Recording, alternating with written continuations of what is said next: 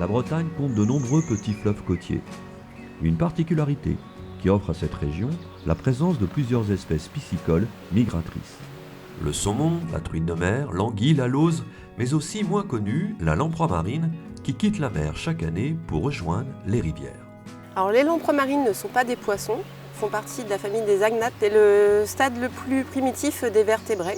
Donc après avoir séjourné 1 ou 2 ans en mer sur le dos d'un poisson, voire même d'un cétacé, les lamproies marines vont rejoindre les cours d'eau pour se reproduire au printemps. En Bretagne, la reproduction va avoir lieu entre fin mai et fin juin. Les lamproies marines vont minutieusement choisir des sites sur des zones caillouteuses, des zones courantes, sur lesquelles elles vont effectuer leur reproduction. Donc les lamproies marines vont déplacer des gros galets grâce à leur disque buccal, qui est adapté aussi à la succion, pour pouvoir effectuer et fabriquer le nid qui va permettre ensuite d'accueillir les œufs des lamproies marines. Alors toutes les lamproies marines meurent après la reproduction. Et après la reproduction, les larves d'amocètes vont vivre entre 3 et 8 ans enfouies dans le sédiment avant de rejoindre la mer pour accomplir leur phase de croissance. Comme les autres migrateurs, la lamproie est confrontée à des obstacles qu'elle rencontre sur les cours d'eau qu'elle remonte. La lamproie marine va être assez vite bloquée par des barrages infranchissables sur les rivières. C'est un agnate qui n'a pas la capacité de sauter, qui a des capacités de nage assez limitées. La lamproie marine est surtout présente sur les parties aval des cours d'eau. En Bretagne, on va la rencontrer principalement sur les bassins versants du Couesnon, de l'Aulne, de l'Éléisole, du Scorff, du Blavet, mais aussi sur quelques petits côtiers costarmoricains et morbihanais. Et puis on va la retrouver également sur la Vilaine. Là, jusqu'à aujourd'hui, elle est bloquée au barrage de Malon, sur l'axe Vilaine, et puis on va la retrouver également sur l'Oust et ses affluents. Alors l'état des populations de lamproies marines en Bretagne sont évalués à partir de 2 principaux suivis.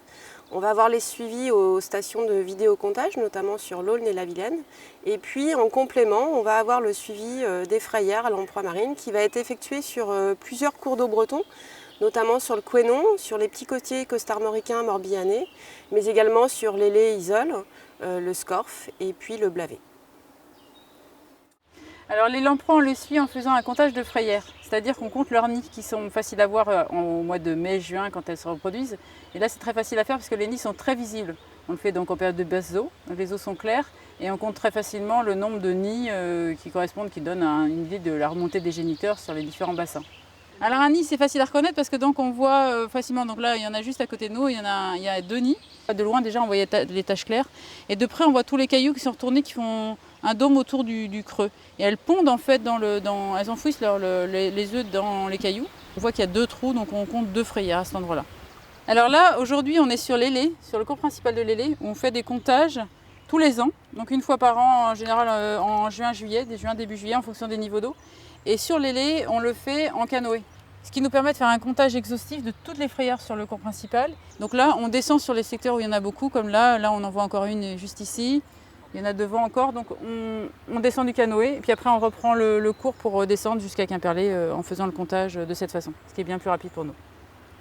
Ces suivis permettent de nous donner plusieurs informations. Ça nous donne des informations sur l'intensité de la reproduction des lamproies marines. Ça nous donne également des informations sur le linéaire colonisé par la lamproie marine. Et enfin, ça peut nous donner également des informations sur l'impact des obstacles à la migration pour la lamproie marine. Alors l'ensemble des données, notamment de comptage de nids, sont valorisées au niveau régional. Alors on va valoriser les données et construire des indicateurs. Et l'ensemble des données qui sont collectées par les fédérations de pêche, l'INRAE, les collectivités territoriales sur ces différents bassins, va nous donner un indicateur régional qui va être valorisé dans le cadre de l'Observatoire des poissons migrateurs pour nous donner une idée de l'état et la tendance des populations de lamproies marines en Bretagne. Sur l'Isole, depuis 2010, l'équipe de Quimperlé Communauté suit chaque année la reproduction des lamproies marines. À Quimperlé Communauté, c'est surtout une valorisation en interne pour nous les agents qui travaillons sur le bassin versant de l'Isole. Cela nous permet d'avoir une connaissance plus fine des enjeux piscicoles qui s'y trouvent et de pouvoir les prendre en compte lorsque nous réalisons des travaux de restauration.